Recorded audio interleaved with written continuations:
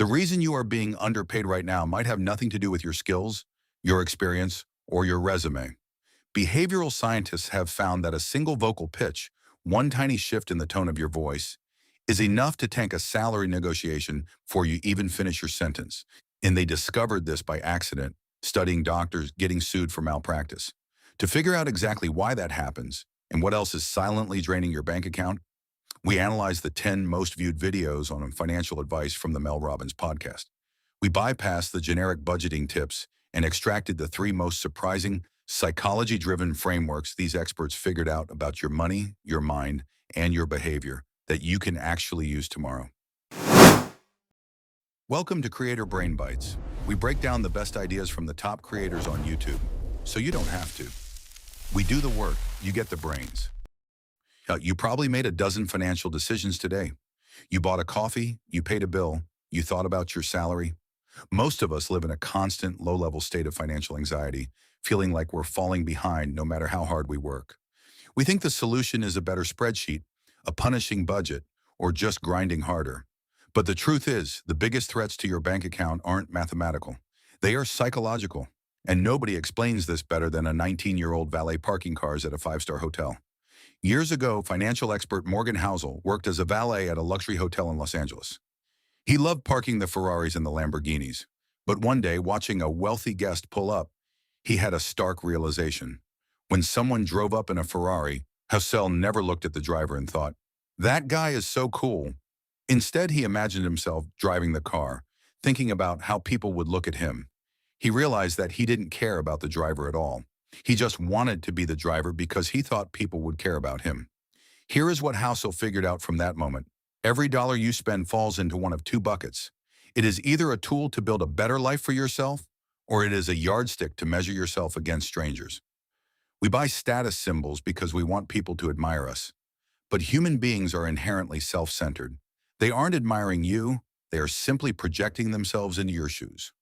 Once you realize that no one is actually impressed by you, your desire to spend money on status symbols collapses.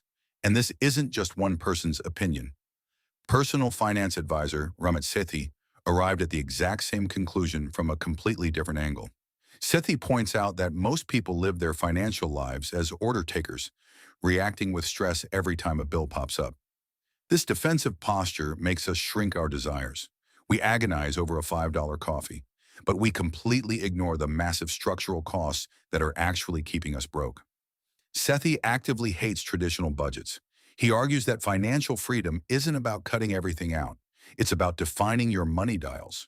You should spend extravagantly on the specific things you genuinely love and cut costs mercilessly on the things you don't.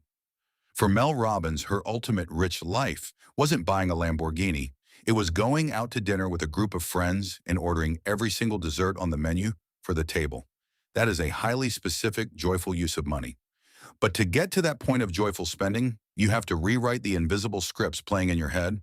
Sethi notes that if you heard your parents say, "We can't afford it," 10,000 times growing up, you will carry that exact reflex into your 40s, regardless of your net worth. You can earn a massive salary and still feel guilty ordering a salad because of that childhood programming. To break this cycle, you have to stop viewing saving money as a punishment. Housel tells the story of Ronald Reed, a man who spent his entire career working as a janitor and a gas station attendant. Yet when he died, he left millions of dollars to charity. He simply saved $10 or $20 whenever he could, invested it, and left it alone for 70 years. People often think, why save $20? It won't make me rich. But if you view savings as buying independence rather than delaying a purchase, the math changes. Saving $100 today isn't depriving yourself of a nice dinner. It is buying $100 worth of peace of mind, better sleep, and freedom from a bad boss. Stop spending your money to impress strangers who aren't even looking at you, and start spending it to buy your own independence. So if we know we shouldn't spend money just to impress people, why is it still so incredibly hard to hold on to it? It turns out relying on your own willpower is the fastest way to go broke. By the time she was 25, financial expert Tiffany Aliche had saved $30,000 and bought a condo. But then the 2008 recession hit. She lost her teaching job, she was scammed out of her savings by a friend, and she lost her condo to foreclosure. At age 30, she moved back into her middle school bed at her parents' house. She was drowning in so much shame that she couldn't even physically open her bills. She just let the pink and red envelopes pile up on the counter. It wasn't until she broke down and confessed her situation to her best friend that the shame finally dissipated. They sat on the couch together, and her friend read the bills out loud to remove the sting. Here is what Aliche learned from losing everything. You do not need financial discipline if you build an automated system that splits your money before you have the chance to spend it. We live in an automatic economy. Your phone is a money magnet designed to separate you from your wealth through endless subscriptions and one-click convenience spending. If you rely on discipline, you will fail because discipline disappears when you are exhausted at 11:30 p.m. looking at an influencer's post. Automation protects you from your own humanness. Aliche's system is incredibly mechanical. You set up 4 accounts, 2 checking accounts for spending and bills, and 2 high-yield savings accounts for emergencies and goals.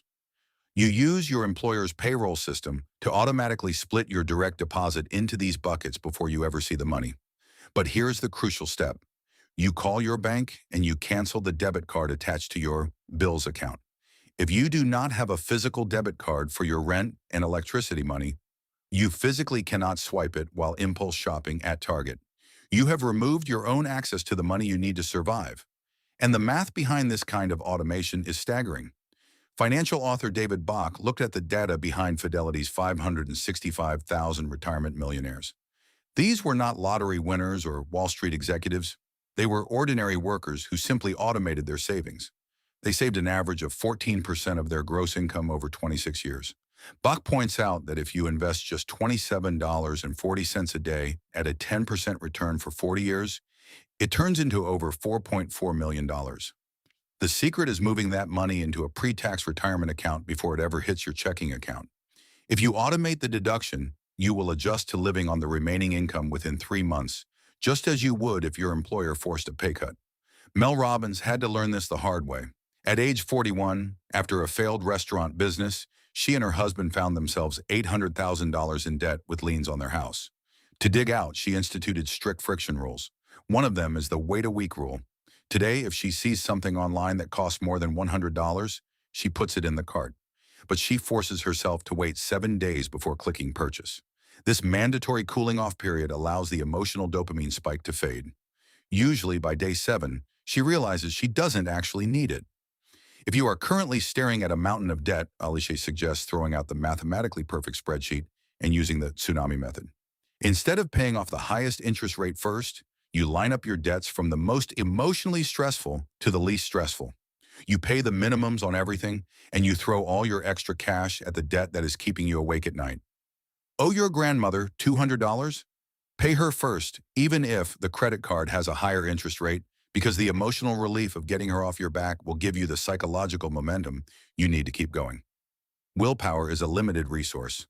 Automation is the new discipline. You've stopped buying things to impress strangers, and you've automated your savings so you can't self-sabotage. But to truly build wealth, you have to increase the amount of money coming in. And that brings us back to those doctors getting sued. Imagine a highly qualified candidate walking into a salary negotiation. They nail the pitch. They list their accomplishments perfectly. But when it comes time to actually ask for the money, they say, "I'm really looking for a salary of $100,000, with their voice pitching up at the end of the sentence. Behavioral investigator Vanessa Van Edwards notes that in that split second, the candidate just lost the negotiation.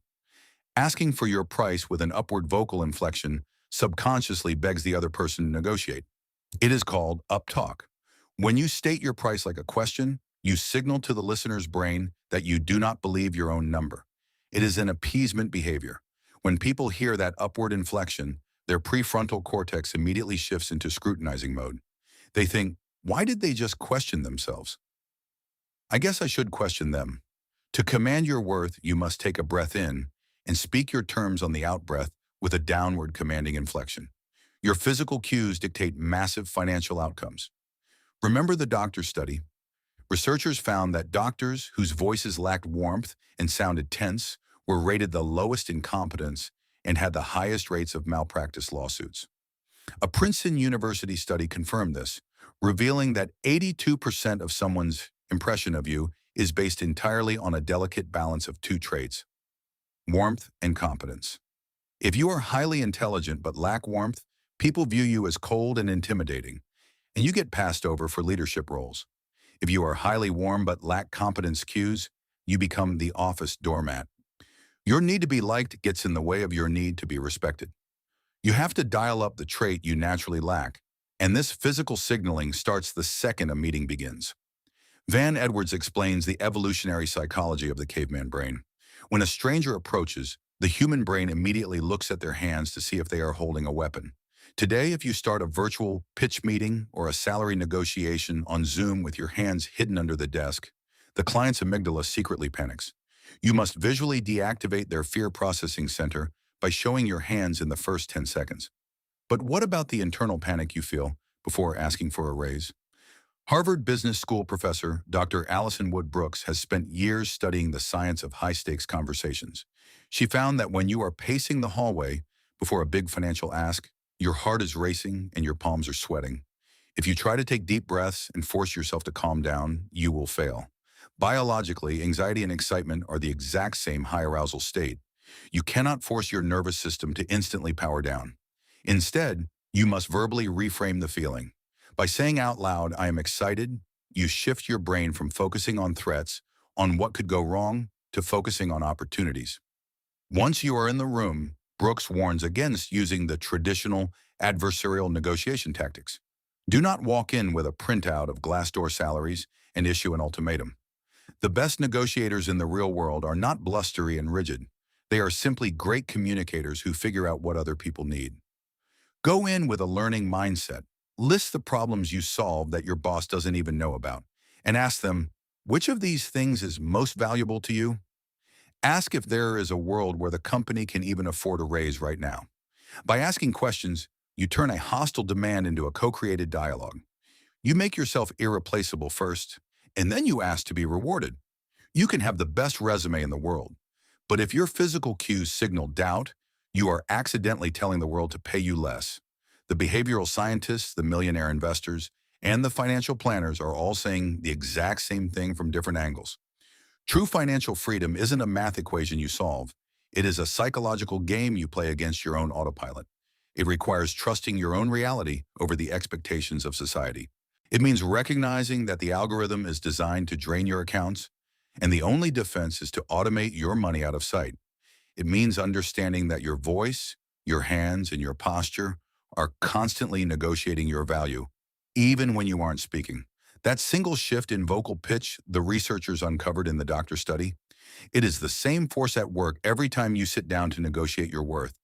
When Tiffany Aliche's husband unexpectedly passed away, she experienced a profound shift in how she viewed wealth. He never made more than $60,000 a year, but he lived an incredibly rich life, constantly helping neighbors and prioritizing time with his family. His passing made her realize that money is not for money's sake. It is for meaning's sake. You don't build wealth just to hoard it in a savings account. You build it to buy your independence, to protect your peace, and to spend extravagantly on the people and experiences you actually love.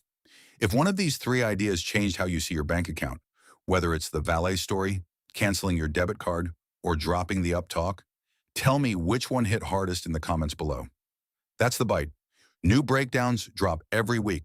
Subscribe so you don't miss the next one.